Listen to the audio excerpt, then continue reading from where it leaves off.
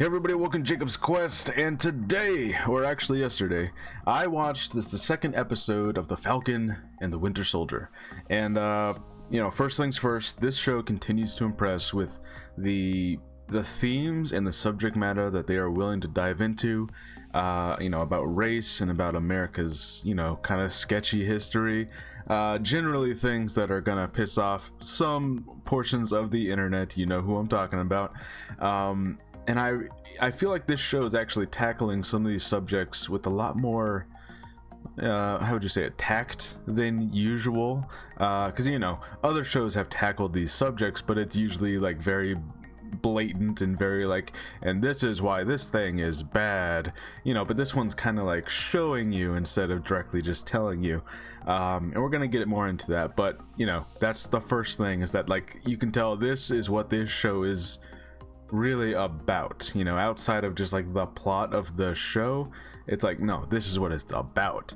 So that's pretty cool. I really appreciate that they're doing that, and they're doing it well, even more so that they're doing it well. Now the other thing about all of this is the three big things happen here, but more so is that this second episode was the one that actually felt like the plot really started. That first episode was very much a setup, basically to like, all right, here's where everyone is at this point in time, which I think we needed that, because it showed not just where Bucky and Sam are at, separately in their lives, but also like the world. We were kind of shown like, all right, this is post blip. And remember, aside from like Black Widow, this was supposed to be the first entry in phase 4 originally. This was supposed to be before WandaVision. So, you can definitely tell like they were trying to show like, all right, here's our post everyone returning after Endgame type of content, because even Spider-Man Far From Home, that was a Sony production. And I believe it was said that, they had kind of wanted Sony to hold off on that movie until later, but of course Sony wanted to release that movie when they did. So we got like our first post blip content then, when I think this is kind of what they wanted to happen. Anyways, so it definitely feels like this is the episode where the story really is starting, where like this is what the plot of the show is, as far as how Bucky and Sam actually get together, how they start investigating the Flag Smashers, how we're introduced to the new Captain America. And at the very end of the episode, of course, we're kind of like, all right, we're gonna go talk to Zemo. So it's like, okay, the plot has started now on episode 2, and there's only 6 episodes, so like it feels like this show is gonna be very dense, and I can already feel that. So 3 main takeaways, as I mentioned. First, this new Captain America. So when you first see this guy, like a lot of people, I thought he's gonna be like this big douche, and he's clearly gonna turn into the bad guy, and he's probably like behind the scenes working on some sinister stuff. And it feels like on a more basic show, that's what would happen. We would get like these hints of him actually being the villain this whole time. But at least as of right now, when we see him in these quieter moments, when we see him alone with his friends, he seems genuine, to a degree. He seems like he's really trying to live up to the mantle of Captain America. There doesn't seem to be any kind of sinister motivations behind his position here, which is, I think, the smarter play here, because, I still think he's definitely going to end up becoming a bad guy here. And you get like a little taste of him being slightly more aggressive and slightly more cocky than Steve Rogers was. So he's definitely not like, I feel it does feel like when he gets pushed, he's gonna go over the edge, whereas Steve Rogers never did. So I can definitely see where he will become a villain, but right now they're trying to make you a little bit more sympathetic and to kind of see like, hey, the government didn't like literally hire a bad person to be Captain America. They might have just hired a person who will become a bad person at some point. So I think that's the smarter play here, because now you're gonna give the audience at least a chance to be like, okay, he's not like a bad guy. Maybe he's a little cocky. Maybe he's, I don't know if you want to say overconfident, but he's a little full of himself, at least a little bit. He likes the smell of his own farts a little, you know what I'm saying? So you definitely get like this little sense. He's got like this vibe about him that like, oh, he's gonna become a douche.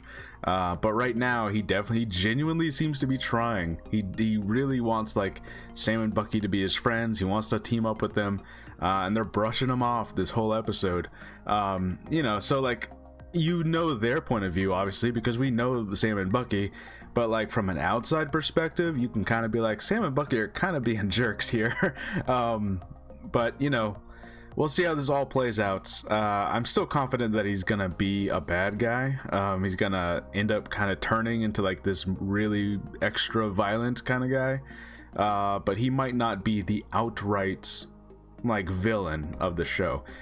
Interestingly enough, speaking of that, the second like major takeaway from this episode is we got more about the Flag Smashers. So in the first episode, the Flag Smashers we're told their motivations, but we're not actually like shown that this is what they're really about. We're just kind of told that because that's what the rumor is online, right? Like, oh, they think everything was better before the everyone coming back and all this stuff, right? Or everything was better during the blip, right? So here's the thing about this. A lot of people online were a little concerned because they feel that the Flag Smashers it feels like they're supposed to be analogs for a certain real world political group. And if the show were to outright label them the villains of the show, that feels like it's taking a hard political stance for a certain group. And some people were starting to get uncomfortable with that. I saw that and I was like, oh man, is this gonna be a problem for the show? Is this immediately gonna turn off some people? I was thinking like, okay, we're only on episode 1, there's gonna be more to it. And sure enough, here we go, there's more to it. So I want to point out a couple things. They were following the Flag Smashers because they assumed that, oh, they're smuggling weapons. But what do they find? They find vaccines and medicine. And then when we see the Flag Smashers stop at like their base, you would think like, oh, this is gonna be like their secret evil Hydra base. But no, it's like normal citizens are on their side. In fact, this guy calls them Robin Hood. Like, oh, everyone's calling you guys Robin Hood.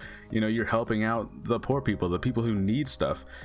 So you consistently get this idea that like, okay, Sam and Bucky are being told that they're the villains, or at least that they need to be investigated, but they don't appear to be doing anything truly villainous. They might be like stealing some stuff, but from who? From some mysterious guy called the Power Broker who's chasing them down.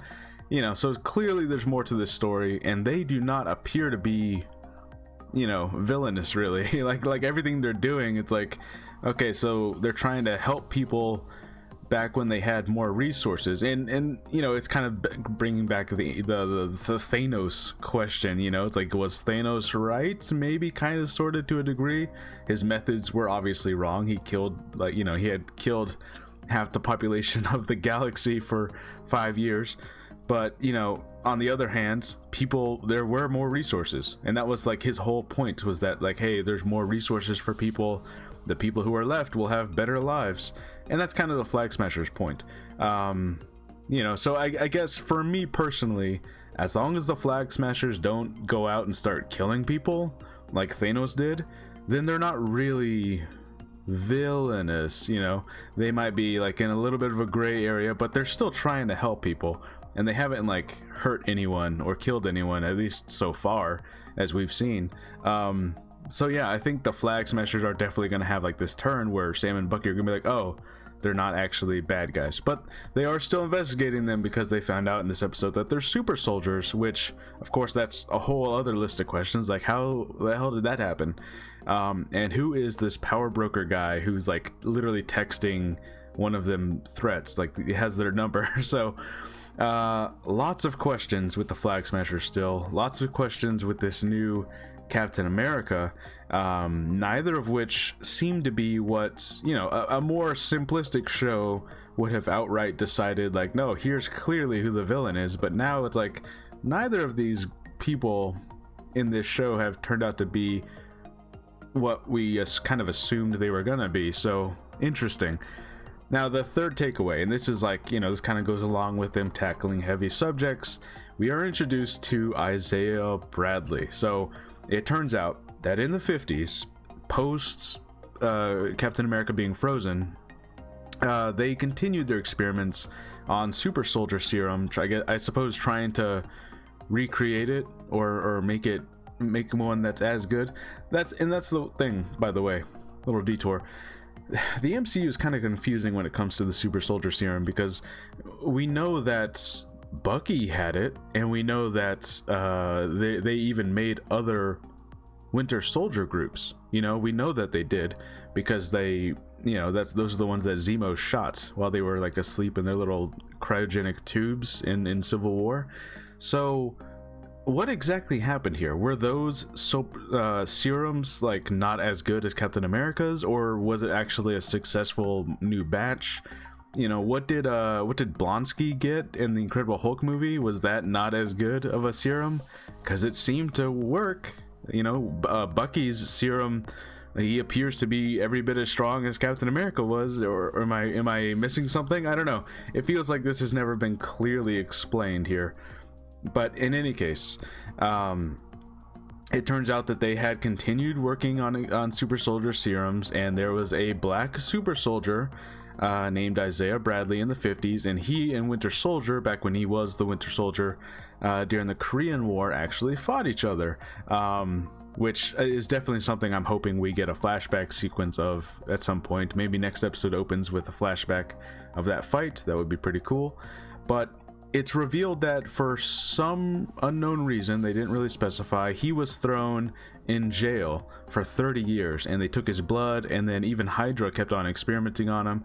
But basically, he was not given this grand legacy of Captain America, Steve Rogers, who fought for his government. He was just kind of thrown in a cage for some reason. I'm sure it was some bullshit reason that they threw him in jail. And then of course right after that they have this whole scene where the cops show up. Very we're dealing with some heavy racial things going on here, and very like sketchy parts of American history, which are actually based on real things that did happen. Black soldiers were experimented on by the US government.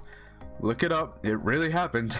So it's like, I love that the show is willing to go there, and they're not like, I guess they're not like shoving it down your throat. They're not like pushing it in your face and like, this is bad.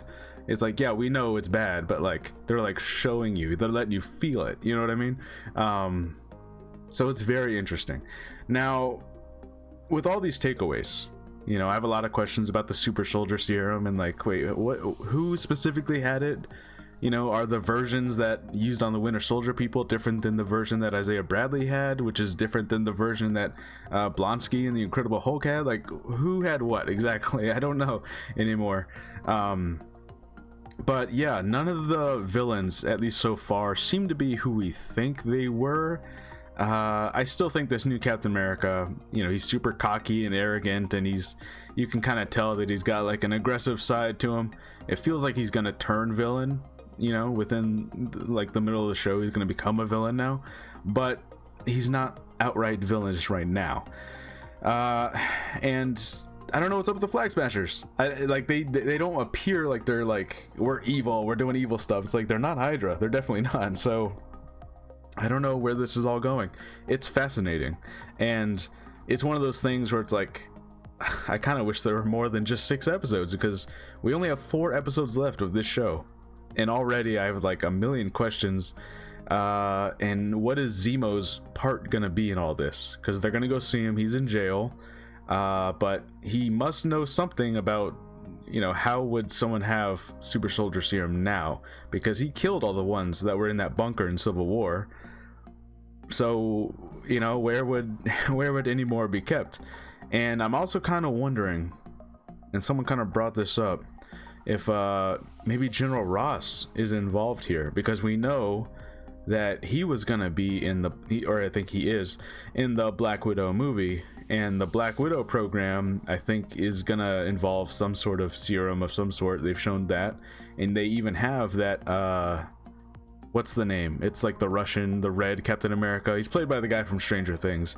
I cannot remember his name. It's like the Red Defender or something like that. Anyways, you know, so they have their own super soldier there, and I think that movie involves some of the serum stuff. Maybe that'll actually answer some of my questions whenever the hell that movie's gonna finally come out, like in July or whatever. In any case, very interesting. I have a lot of questions. I want to know more about Isaiah Bradley, because that was easily like the most fascinating part of this episode. And just, yeah, I can already see how like this is gonna change the MCU going forward. And this whole Captain America thing, like you know, you start the show, you're like, yeah, Sam's definitely gonna end up being Captain America, holding the shield, calling himself Captain America by the end of the show. But now I'm almost wondering, like, what if that doesn't happen?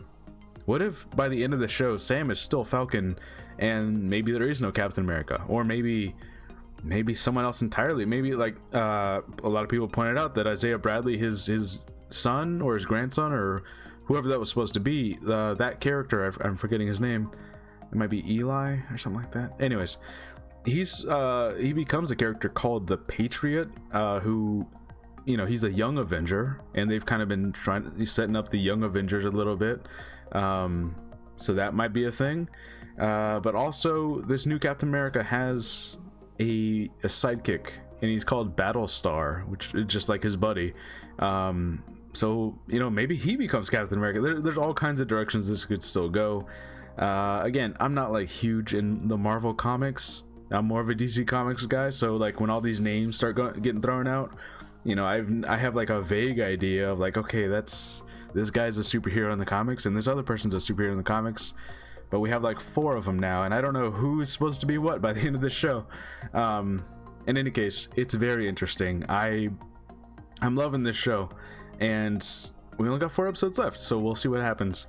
I think next episode is going to be Zemo centric, a lot of Zemo stuff, and we'll see what he knows about Hydra. It's kind of funny that like after all this time we're still talking about Hydra, but it's just like the remnants of Hydra, like whatever stuff that Hydra had laying around that someone now has gotten a hold of. You know, somehow the Flag Smashers are involved, or this